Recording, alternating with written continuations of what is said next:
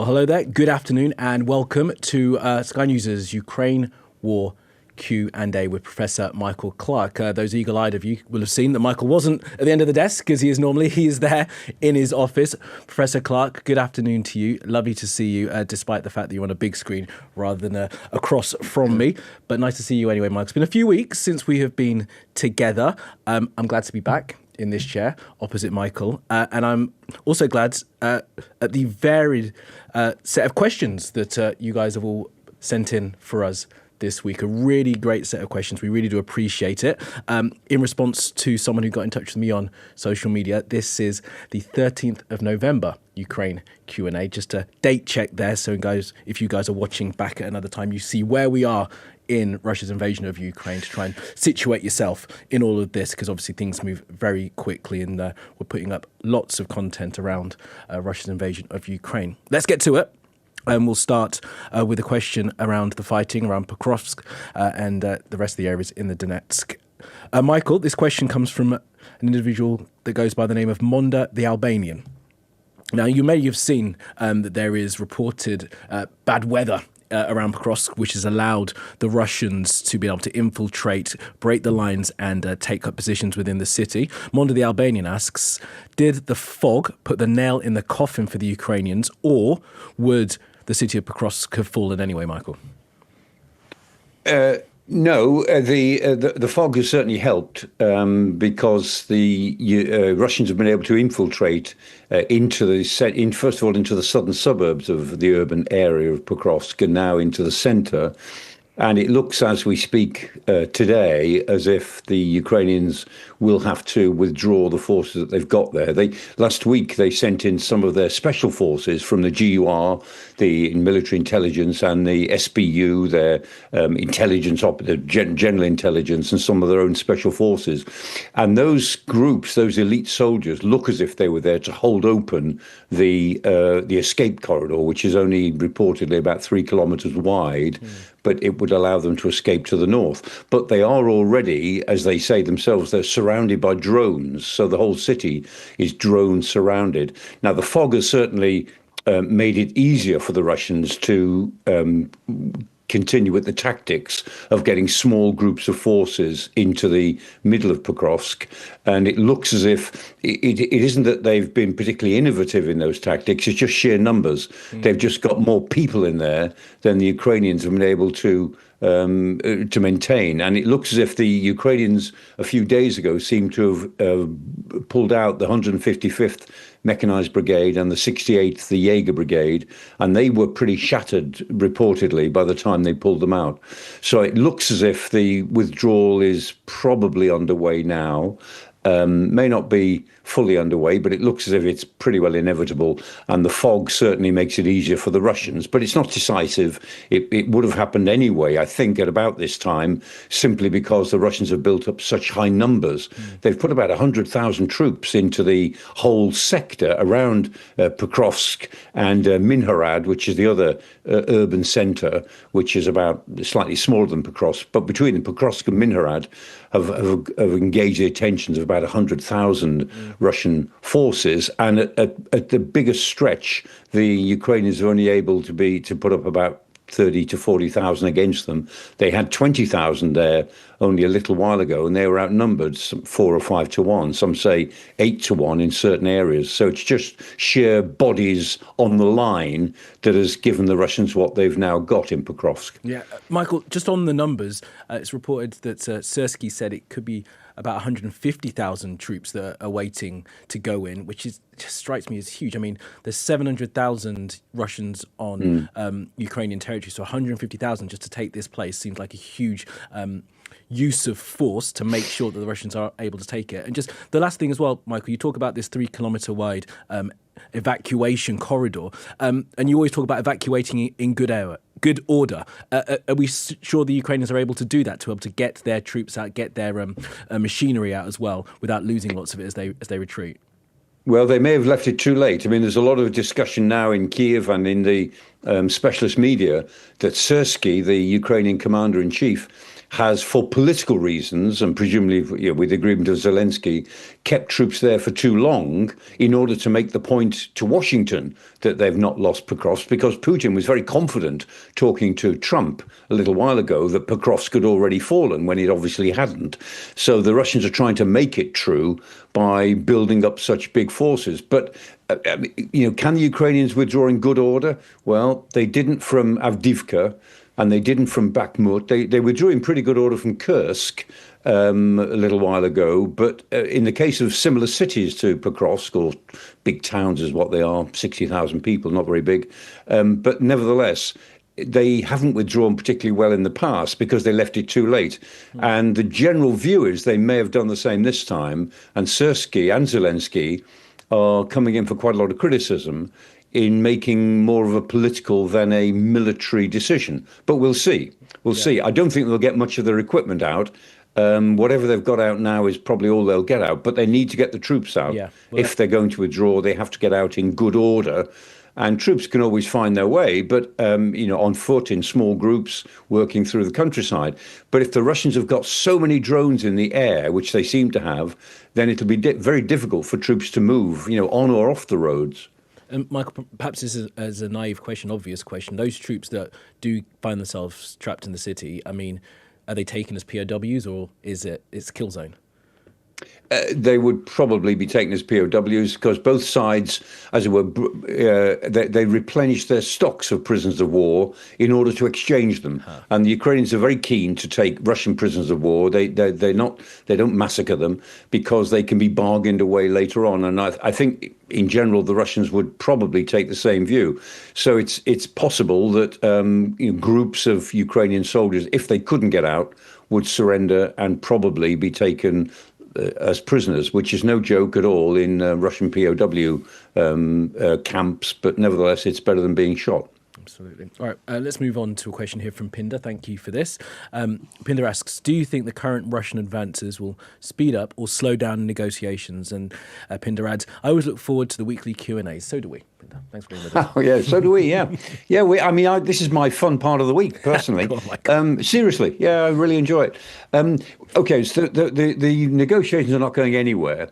Medinsky is the chief Russian negotiator, and these negotiations go on in Istanbul, and they're basically dormant. They haven't happened. Nothing's happened for weeks. The Ukrainian chief negotiator, Kizletsya, and Sergei Kizletsya. He's the deputy foreign minister, and he's in charge of the Ukrainian side. And he gave an interview, I think just about a week ago, where he said that the Russians, they don't want to talk. They don't want negotiations to go anywhere. And he was interesting. He said the Russians are very careful to find out all about us as individuals. They're very, very well prepared as to who we are and our backgrounds and what our families are and so on. And he said, and they go out of their way to needle us and try to make us angry. And we know this beforehand, so we're very keen not to lose our tempers. But just like in a sense, a football or a rugby team or any sports team who are trying to actually get their opposition to commit errors and fouls, the Russians go out to be rude to. I mean, Medinsky is famously foul-mouthed in these negotiating sessions and very, very aggressive. And they try to needle their opposition individually, so they lose their tempers, and then the Russians can say, well, the Ukrainians walked out, it's their own fault. That's the dynamic, is that the negotiations are not going anywhere. It would take a fair bit more pressure from the United States, which has sort of come on and off, as we've discussed many times. It would take a fair bit more pressure to make the Russians take these negotiations seriously. So as of now, what happens in Pokrovsk has no relevance to what is not happening in Istanbul. Yeah, I'm not going to dwell on this one, Michael, for once about the negotiations, because as you point out, the sort of the back and forth hasn't got us any further in sort of coming to a position where the fighting stops. And in many ways, I think it could be argued that with the Russians about to take this city and other areas around Pokrovsk, the war is advancing exactly as Putin wants it to do. So I don't think we should talk too much about negotiations at this point. Sadly, the Ukrainians are in this fight. They're being supported by Western allies. The US's position still remains up for debate in terms of how interested Donald Trump remains in supporting Ukraine. But I don't think there's any point in us litigating whether or not they're going to have a meeting in Budapest or anything right now, Michael, because those things are said and then they're just forgotten, aren't they? Yeah, the one thing that they do achieve agreement on, but not really in Istanbul or anywhere else, is prisoner exchanges. Yeah. So there have been more than 50 odd prisoner exchanges, most of them negotiated through the Red Cross, not all, but most of them, and mitigated through one of the Gulf states. So the Gulf states are quite happy or quite useful in trying to set up various quiet meetings, and the Red Cross then organise the mechanics of it. So prisoner exchanges are the one thing that is still going on, and that's good for both sides because they both want to do it, but it never gets any further than that so far. No. And just before we move on from the fighting, I want to recommend for everyone a bit of Sky News content from not long ago that shows the drone war in and around Pokrovsk in the Donbass. If you search on our website for 24 Hours in the Kill Zone, it's by our international correspondent, John Sparks. It's a brilliant report. There's a great interactive long read on our site, and there's a 24-minute documentary. I highly recommend watching it because it gives a real insight into the advance of warfare and the use of drones and just how nearly impossible it is to make any kind of significant movement when the eyes in the sky are constantly on you. All right, let's move on to some of the diplomacy, saying we weren't going to dwell on it. But this is about stuff going on inside the Kremlin, Michael, potentially. Putin versus Lavrov, we're terming this section. This question here from Charles. Is Sergei Lavrov a potential scapegoat? It's probably worth, Michael, isn't it, just giving a little bit of background as to why we're even thinking about this question and as to how much the words said by Vladimir Putin regarding Sergei Lavrov actually have any legitimacy.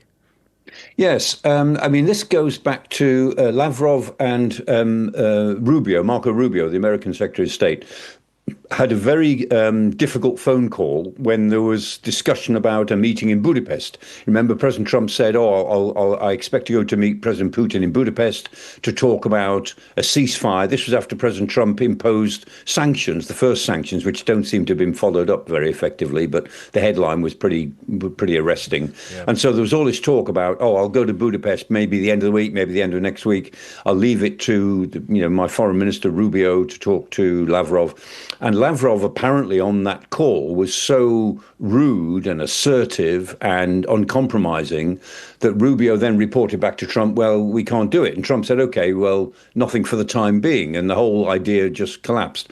Now, that looks as if that annoyed Putin because I think he saw the damage that had done and the fact that Lavrov was being blamed as the man who was not being flexible. And Moscow Times, which is a sort of Russian language newspaper produced in the Netherlands, so it's not inside Russia, but Moscow Times is pretty authoritative on events in Russia, reported that Lavrov, had disappeared from the scene. Now, he hasn't been seen since about the end of October, for about 2 weeks now. I think it was the 27th, 28th of October when he was last seen. And interestingly, he was missing at a big sort of TV event that Putin put out when he was talking about the new nuclear resuming or having more tests of their nuclear forces. And Putin had a lot of people around him and Lavrov wasn't there. And then most importantly, or more than that, the G20 summit is due in next weekend, 22nd, 23rd of November in Johannesburg. And normally Lavrov would go to that. But he's not going to it, and Oreshkin is going to it. So Maxim Oreshkin, who's a young man, he's the deputy chief of staff to the presidential staff to Putin himself. And so instead of sending 75-year-old Lavrov, the man who always stands in for Putin, has been foreign minister for more than 20-odd years, Putin is now sending Oreshkin, who's this bright young economist, 30 or 40 years younger than Lavrov, and that looks like humiliation. So not to send Lavrov to the G20 is a big statement. It hasn't happened yet. The G20 will see the weekend after this coming one, whether it is him or not, whether it's Oreshkin or Lavrov. But it looks as if Lavrov is out of favour anyway. And this happens. It doesn't mean to say that he's locked up somewhere. It just means that he's out of favour. And he hasn't been seen in a live event for some time. But then, neither is Gerasimov. I mean, you remember the Chief of Staff Gerasimov, yep. He was blamed for the Kursk incursion and being incompetent and telling Putin things that weren't true. I mean, Gerasimov hasn't been seen in a live event since April. I mean, he's been, there's been bits of film of him or clips of him, but none of them which confirms that he was there on that day. I mean, the Kremlin use lots of old clips to pretend that people are around when they're not. So Gerasimov has not been seen in a verified live appearance since April, and Lavrov hasn't been seen in a verified live appearance for a couple of weeks now. Michael, it doesn't mean to say they're tied up somewhere, but it does mean that they're out of favour. Yeah. And just like a medieval monarch, Putin expresses his anger by just leaving people aside for a while before bringing them back and making them understand that his disapproval matters. Yeah, it's the politics of a medieval court, isn't it, Michael? Just let me delve into your sort of criminology brain and give us a sense of why in these kind of regimes, the disappearance of people from high-profile positions for a period of time tells us a little something about how the regime is functioning, tells us a bit about the leader, of course, and their apparatchiks. Yeah, exactly. I mean, it's exactly right, Kamali, because dictatorial leaders never have a proper power structure underneath them, because then you'd know who the deputy was, and then you'd know who the successor was, and that's very dangerous for a dictatorial leader. And so what they do, and President Trump, I'm not calling him a dictator, but he is an autocrat, and he works in exactly the same way, that they keep their power by setting their subordinates against each other, by making everything a competition for approval with the boss. Just like Henry VIII's court, just like Henry V's court, like Edward III's court. It was the approval of the boss that most mattered to people, and that gave them preferment, it gave them chances to become very, very rich and wealthy. And if you lost that approval, you were just banished from court for a while, and that taught you a lesson. So that's what appears to be going on in the Kremlin, because it shows that Putin is prepared to play one person off against another. And this idea of sending Orishkin to the G20 as a young, up-and-coming economist instead of the old campaigner Lavrov, if that's what happens, that is a significant humiliation for a 75-year-old foreign minister of 20-odd years standing. Definitely is. So Oreshkin is 43, born in July of 82. He is an economist who served as the Minister for Economic Development up until 2020. He's a civil servant, as you say, Michael. It seems as if he's being groomed to go and take a bright on a cookie, bigger job. apparently. Yeah. Bright cookie. One of the questions that we had in here about this is from Paul. Paul, I'm not sure if we got to your question, but I do like the way you've sort of rounded it off. You've asked whether or not Lavrov should stay away from tall buildings with large windows, whether he should not be flying on private jets, and he should update his heart medications. I mean, it's enough to make you chuckle, but how serious do you see this, Michael, that Lavrov, not seen for quite a while, could well be on the outs, and whether or not we ever see him again, or something unfortunate happens to him? I think we'll see him again. Okay. I mean, it may be that he'd be moved sideways. I mean, Shoigu, the defense minister, I mean, he was just moved sideways, and we haven't seen him again in any significant way. But I mean, he's still functioning. He's still in the Kremlin. He's still doing things with the Security Council. So it's not that these people at the very top tend to disappear as they did in Stalin's day. They don't disappear from the face of the earth, but they do disappear from the top reaches of government. But I think we'll see Lavrov back again, because ultimately I think Putin needs his experience and he needs his loyalty. I mean, this will be a way, I think, of Putin, as it were, topping up Lavrov's loyalty to him as the boss. Well, you've taken me to my final point. Let's not dwell on it too long, Michael, but on that thing about loyalty, because Putin has to make sure that if he does move someone sideways, they fall out of favour, that then they don't start singing like a canary. Is that the right term? Like how, exactly. As the mob boss, you've got to make sure that you keep people in line. That's right. And you don't want somebody to become the focus of an opposition movement. Now, at the moment, there's no sign of any significant opposition movement to Putin, and there won't be until it suddenly emerges. But I mean, if there is an opposition movement, it won't be a popular movement, as we've discussed before. It'll be something among the elite, among the oligarchs. But as and when a movement develops, if that's what is likely to happen, I think sooner or later it probably will, then they will look for somebody to base themselves around. And that's where somebody who's out in the wilderness suddenly becomes interesting to the oligarchs. Okay, let's move on here to a question about morale on either side of the conflict, both the Ukrainians and the Russians. And it comes from two people called Neil. Lots of Neils watching you, Michael, so we'll ask them together. Thank you for this, Neil, times two. First question here. I've read Ukraine has a major problem with manpower and people dodging serving in the military. Given the situation around Pokrovsk, is it worth fighting for? Isn't it inevitable they will lose in the long run? Neil rounds off, I hope not. And on the other side, Neil Hampshire asks, we hear a lot about low morale in Russian forces. Is that just Ukrainian propaganda? If not, is it ever likely to affect the outcome of the war? So it's a question there, Michael, about whether or not at this stage in the war, some 1,358 days into it, morale is dipping on both sides. I imagine it is, but it's how you can get more people to the line, isn't it? Yeah. I mean, those good questions, actually, good issues. The news for the Ukrainians is serious but not disastrous. But if they can't do anything about it, I was checking some figures on this about a week ago. Since 2022. The Prosecutor General's office in Kiev have recorded, it was 311,000 cases of desertion, right? 311,000. Wow. Now, in an army that is technically 1 million strong, that's a third, which is not good. And that's since the beginning of the war. And the cases of desertion have become much greater since late 2024. And why is that? Because of the change in leadership in the United States, because the sense of morale in Ukraine has really suffered with the election of Donald Trump, because the United States looks as if it's more or less changed sides in the war. And so there's a sense of, when the Ukrainians feel they're not really being backed by the outside world, by the Western world, then of course the morale plummets. When they do think they're being backed by the outside world, they feel more hopeful. The rate of desertions goes down. And the other thing we should say about this is that a lot of these desertions are actually AWOL, absent without leave. And a lot of AWOL cases come back, and they're encouraged to come back. And the Ukrainians have tried all sorts of ways of offering them an amnesty and so on, or minimal penalties to get some of them back. And some of them do come back.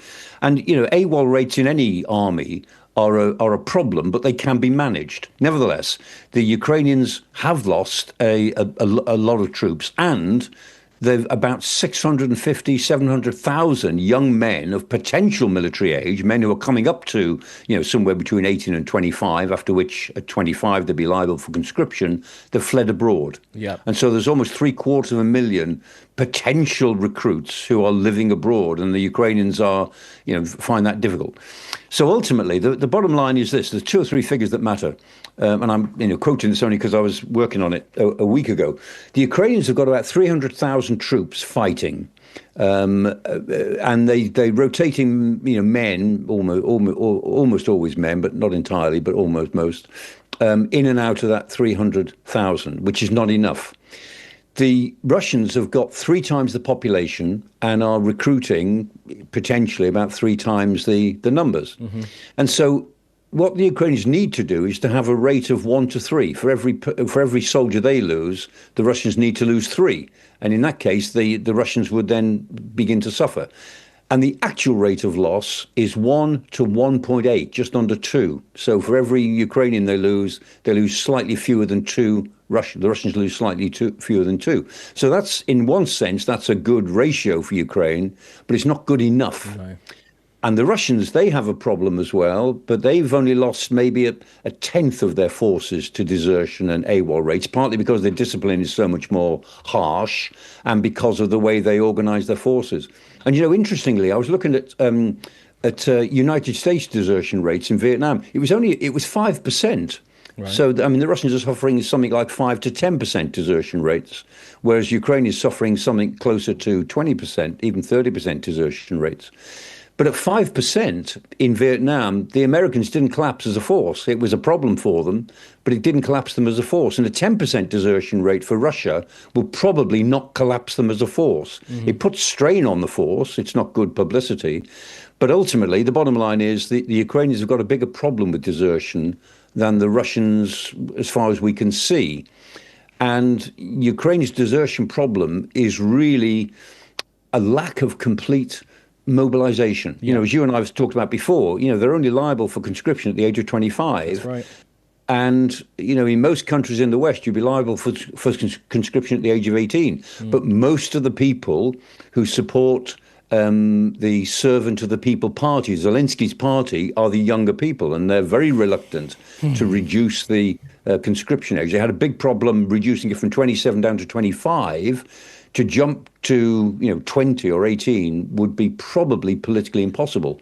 But the bottom line is for the Ukrainians that they're not fully mobilizing the manpower they could, whereas the Russians are mobilizing absolutely everybody, including people from Africa, including people from Asia, people who they're tricking into it. A lot of people are signing contracts to go to Russia to do, as it were, backroom jobs, to do fill-in jobs, and they suddenly find themselves on the front line. They thought they were there as civilian contractors working for the Russian armed forces, and then they suddenly find they are on the front line of the Russian armed forces.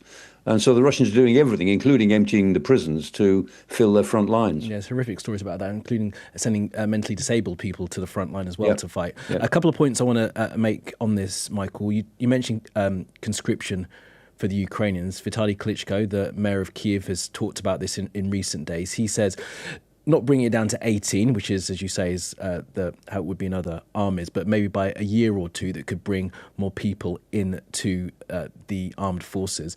Because Ukraine is not just a problem with desertions as well. It was the amount of time that people were having to spend on the line. Didn't they have to change their laws to allow for more people to be spending longer and longer on the line? And with that lack of rotation, there is obviously a degradation of morale because you feel like you're never going to get home to see your family. On the other side, on the Russian side, Michael, I'd like to get your thought as to how, okay, let's do it this way.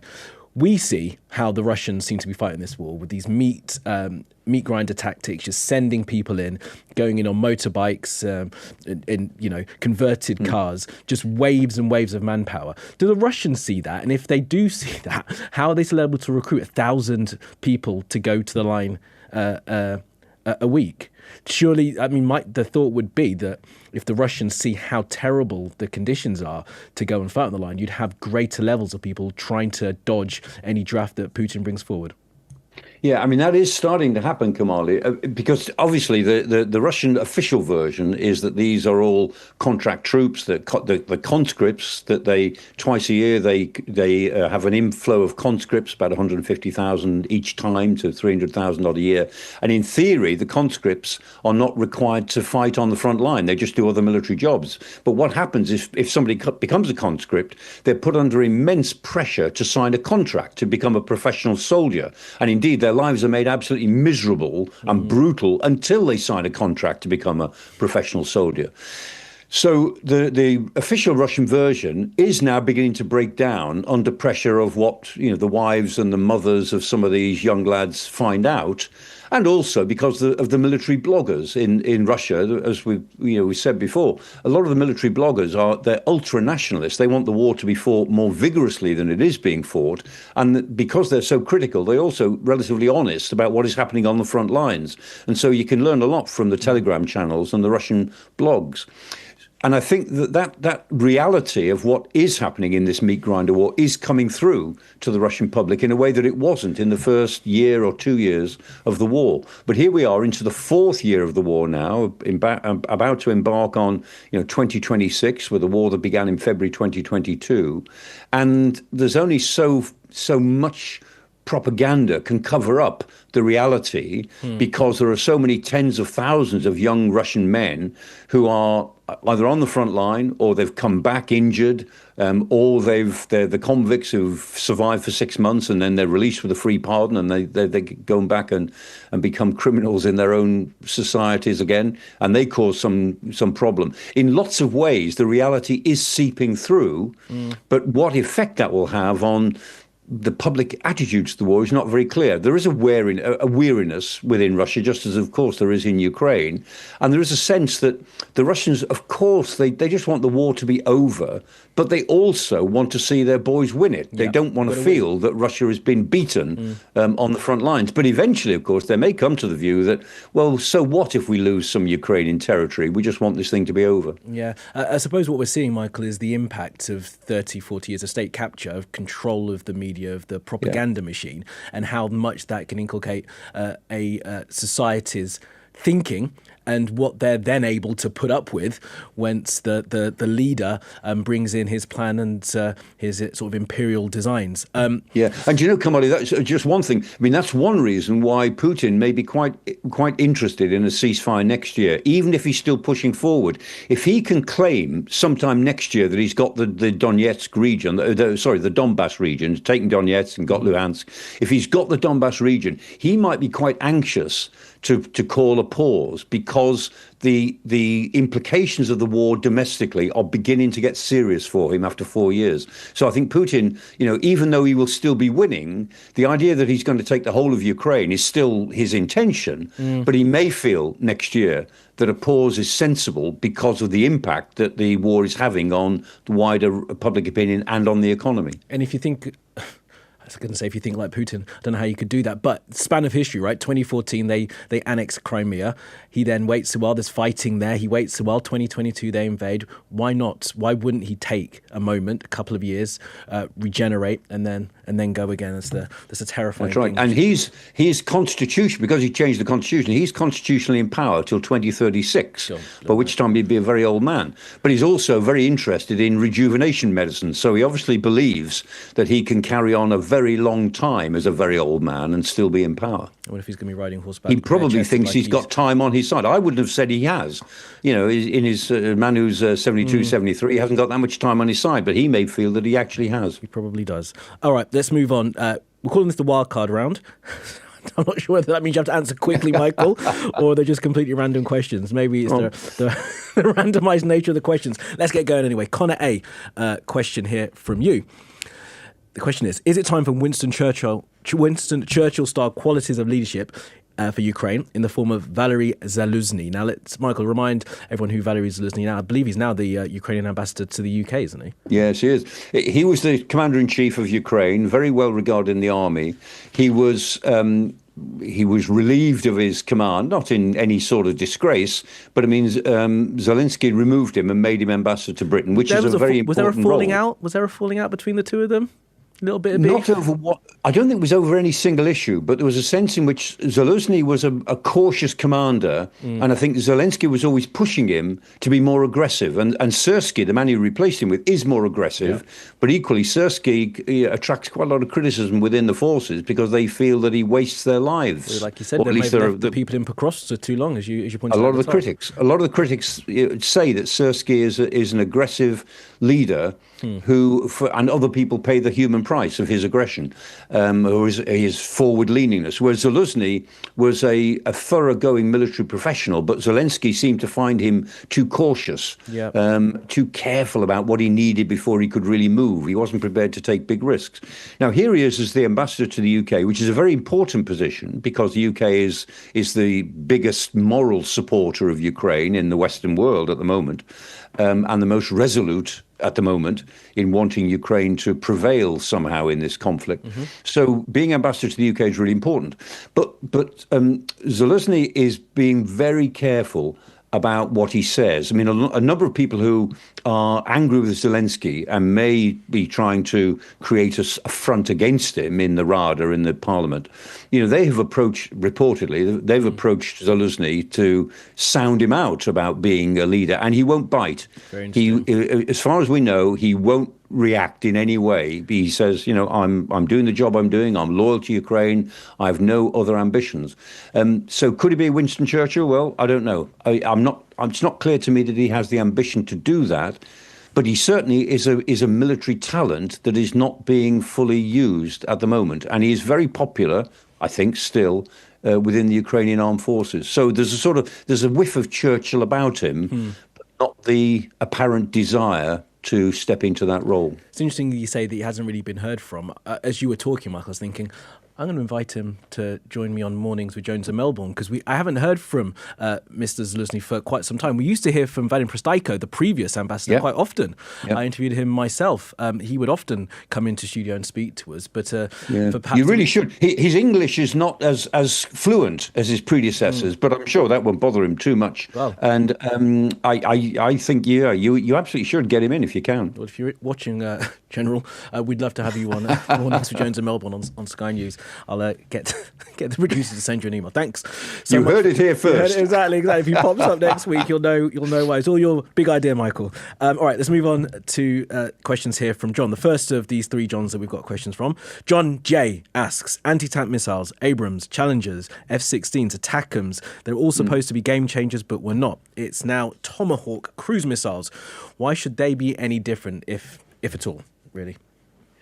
Well, I mean, no serious analyst ever thought those things were game changers. I mean, none of us in this business use the phrase game changers lightly, because there aren't many game changers in warfare. And things that turn out to be game changers in previous wars, often it revolves around the way they're used in combination with something else rather than the technology in and of itself. So nobody thinks that Tomahawk missiles would be a game changer. I mean, they would put Russia under extra pressure if they were used in some fairly high numbers by Ukraine, but none of the things that you mentioned, the A1 Abrams tanks or the F-16 fighters, I mean, serious analysts never thought they were game changers. But what we are sort of looking for, in a way, is a build-up of Western technologies over the coming, let's say, year, if the Ukrainians are able to carry on, and if they want to carry on for another year or perhaps more. If there's a buildup of technologies in that time which can be melded together into a combined arms approach, a NATO-style approach, more effectively than it was in 2023, then we might be looking at something which might shift the strategic momentum. But, we thought, was that possible this year? No, it wasn't, because of the way the Russians tried to push all the way around the front at once. And so the Ukrainians didn't have the luxury of building up reserve forces to train them and so on. Might it happen next year? It might, but they'll need more support than they're getting at the moment, or more effective delivery of support from the Europeans. And they would need the Americans at least to continue with their present minimal levels of support, which are they're minimal in numerical terms, but important in terms of what they provide in intelligence, in targeting, and in allowing the Europeans to buy American weapons to give to Ukraine. So all of that would have to continue and then be stepped up a level for the Ukrainians to get something together sometime next year, which might change the dynamic on the battlefield. That's if we're talking about the battlefield. But remember, wars change because of the politics behind them change. And so, if the Ukrainians are to prevail on the battlefield, that's the sort of thing we'll be looking at. But by, next spring, next summer, who knows? The politics behind all of this might be different in ways that we can't really predict. Yeah, Michael, look, when the history of all this is written, I wonder what the analysis will say about sort of the piecemeal approach to giving these weapon systems. Looking at this list that John Jay's put through here, anti-tank missiles, what's that, like NLAW and Javelin, we have those, right? Challenger tanks, we have those. We have an equivalent F-16 that we could have given them. What I'm saying is, if we had given them Scalp all at the same time, right, as they wanted, what difference could that have made, rather than this drip feed of weapon systems? Considerable is the answer. Considerable difference. And I mean, what it all comes down to, Kamali, is the strategic judgment that was made at the beginning. And I mean, you and I, were talking about this back in February 2022, one way or another. I mean, I took the view then, and I certainly take the view now, which is no longer very controversial, that there was the 24th of February 2022 was the full-scale Russian invasion. Once they had committed to the invasion, or the attempt of invasion, there was no way back for Russia, no way back. And if there was no way back for Russia, then there's no way back for the other European powers, for the rest of us. We were in a new era there and then. And as we said then, and I've said many times since, this war will get worse before it gets better. It will escalate horizontally, if not vertically, which is that it will go into other areas. It will include other things. And it will escalate in the sense that the Russians are always setting the agenda. They do something and we react. They do something else and we react. We've never got ahead of they call it, the escalation ladder. We've never done something that puts the Russians on the back foot and makes them think about what their priorities have to be. And that's it. Because the Western leaders never made that strategic jump to saying everything is now different. Everything is different in a pretty big way, because they never made that jump. So they didn't therefore come to the next logical conclusion is, how are we going to deal with this? If we've got to face it down the line, better to face it now by supplying all of this stuff in one go or over a period of 8 or 10 months to Ukraine. Then we might have been in a better position. But the truth was, we did, too little, too late, too little, too late, too little, too late, and we're still, as it were, being pedaled backwards by Russian intentions, by their aggression, by their dominance of the agenda of the whole crisis. Yeah, I mean, it's definitely one to consider, as you put it like that, Michael, what difference there would be had on the battlefield if Western allies actually got on the front foot, actually had a proactive approach to it properly, rather than this reactive approach that we have at the moment, which sees us in a grinding war, not getting anywhere. All right, let's move on to a question here from John. They're all Johns, this final three. John asks, do you foresee Putin doing a little green men operation in Estonia? That's when those little green men were sent into, that was Crimea, the annexation of Crimea, wasn't it, Michael? In the coming year, John asks, is the threat to the Suwalki gap mitigated with Poland and Lithuania's military rules? Before you answer, Michael, I'll just do highlight for viewers one of the stories that I think is really interesting. It's about Estonia's Orthodox Church and its split from the Russian Orthodox Church because of exactly this, the attempts by the Russian Orthodox Church, not just in Estonia, but in Lithuania as well, and in Latvia, to try and infiltrate communities to promote Russian propaganda. Estonia has passed a law that's forced that split, but there has been sort of operations there to try and change the Estonian populace's feelings towards Russia. Do you think they could send little green men, though, Michael? Yes. When they might do it, we don't know, but it's an obvious tactic. It's what the Russians did in Crimea and then in the Donbass. The little green men were Russian special forces people, Spetsnaz, in sort of without uniforms on. They had sort of combat-like kit that they bought from the equivalent of the Army and Navy store in Russia, and they were all there on holiday when they fomented the actions of 2014, the little green men. And Putin said, it's not my problem if they all choose to go on holiday to the same place. And, and he laughed about it afterwards when he thought, he boasted about how clever he was. So, yeah, we could expect to see exactly the same sort of thing. Now, why would the Russians try to do this, particularly in somewhere like Estonia? Because they are actively trying to foment a sense that the Russian minority in Estonia, and it's a big minority, are disadvantaged, that they're being discriminated against, and they, pull out all sorts of things, some of which are true, because the Estonian government is very worried about the Russians there, and they make it into a cause célèbre.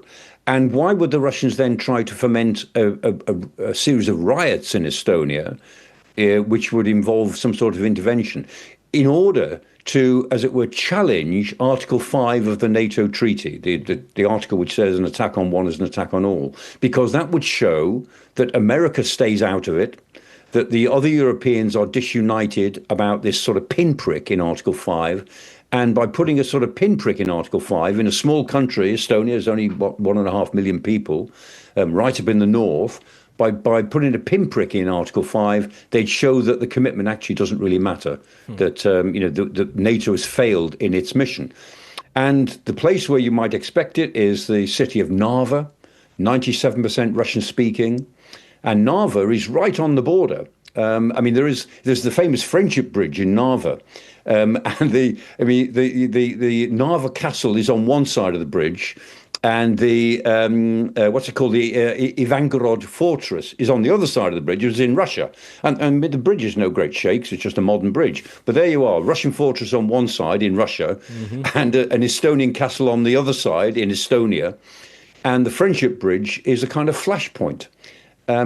So the possibility of a little green man operation, not necessarily this year or next year, but quite soon, i.e. 2 or 3 years, in order to challenge NATO and to show both to the southern members of NATO and to the other members of NATO, that the United States is not with you, that Article 5 doesn't really apply, that is entirely plausible. Because the Russians seem to be building up all of the prerequisites for a little green man operation. Whether they'll do it or not, we don't know, but all the prerequisites are being put in place. Now, having said that, the Suwalki Gap was mentioned. That's far less vulnerable than it was. This gap, or potential gap, about 100 kilometers long, between Belarus and Kaliningrad, which is Russian territory. And if the Russians fortified the Suwalki Gap, if they drove through it and held it militarily, then in theory that would cut off the Baltic states, Estonia, Latvia, Lithuania, from NATO reinforcements. But since Sweden and Finland joined the alliance, then those states can be supplied by sea very easily by NATO. And not NATO, but the countries involved have just opened the famous highway, the Via Baltica. Was it the E67, which runs from Warsaw to Tallinn, from Warsaw in Poland to Tallinn right up in the north. And that highway, I mean, there was a highway before, but this highway is big, it's wide, and it means that reinforcement in a crisis, it means that NATO could get some heavy stuff up there quickly. It wouldn't have been able to do it quickly enough before, but it can now reinforce right up into the north quickly. So it reinforce Estonia by sea, it can reinforce Estonia in a crisis, if not in war, by land, despite the vulnerability of the Suwalki Gap. So, the situation is not as bad for the Baltics as it seemed 4 or 5 years ago. Nevertheless, I think the Russians are interested in some sort of move against Estonia, some sort of move in the not too distant future. I appreciate, and I fully expect that you would know the name of the road, Michael, but the thing that springs to mind when you say that is that's the 1.5% extra on top of infrastructure payment that they were talking about for every nation to get to 5%. Roads like that, rail networks like that, connections. It's a really good example, Kamali. Yeah, it's a really good example of how the 1.5% is not necessarily just cosmetic.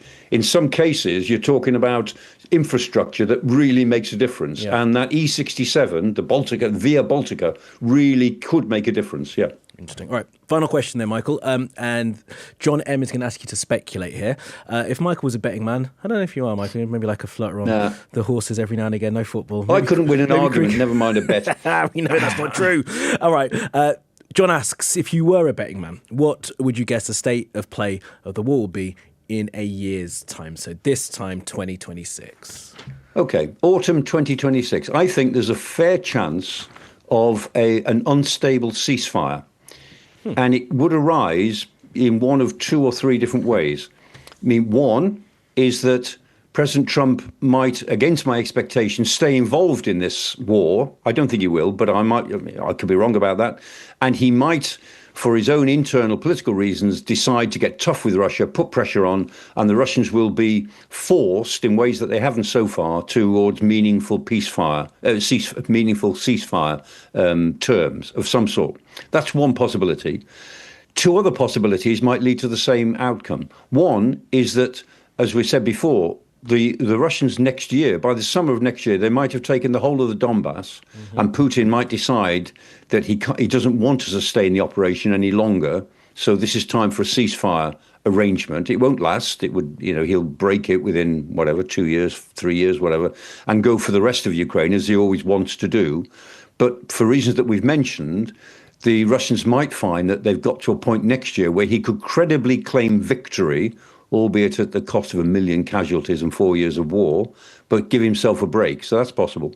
And then the third possibility, which arrives at the same situation, is that the Ukrainians, in ways that we can speculate about but isn't yet happening, are able to push the Russians back in some significant ways to start to recover some of the territory that they've been losing, and that gives the Russians pause to feel that this actually isn't a good idea, and it'd be better to have a ceasefire for a while they rethink their tactics and strategy. Again, they won't give up on their ultimate objective of destroying Ukraine as a state, but they might think differently about the strategic waypoints in that journey and the tactics they'll use to achieve them. So in those 3 ways, a Trump brokered ceasefire, a Putin victory in the Donbass, or a Ukrainian push which threatens Russian gains, might all end up in the same place this time next year, of an unstable ceasefire. That's plausible. Concluding with unstable ceasefire. I know of those three options you gave us, Michael, I know they're one of those that I would want it to be the third option, where the Russians are pushed back some way, and I'm sure that many of our viewers will feel the same way. Michael, I won't hold you to saying which one of those you think is most likely, because you very cleverly, even though we asked you for a prediction, you managed to give us three options. Yeah. I put my neck on the line. I'm going to go for the third option. I'll say that you'll say the same. Yeah, Kamali, whenever I used to have a flutter on the Grand National, I always did an each way bet. Of course you never did. had the courage to put my bob on the nose. Professor Clarke, it's great to see you. It's been a few weeks. So, glad to be back with you. And thank you, viewers, for being with us this week, 13th of November. I'm hoping that Professor Clarke and I will be in the same room next week when we're going to do another one of these Ukraine war question and answer sessions. So submit your questions as you can. And here's one for you, Dari. We're going to probably do it on Wednesday as well rather than Thursday, if our schedules can align. Thanks for being with us. Enjoy the rest of your afternoon. Thanks, Michael.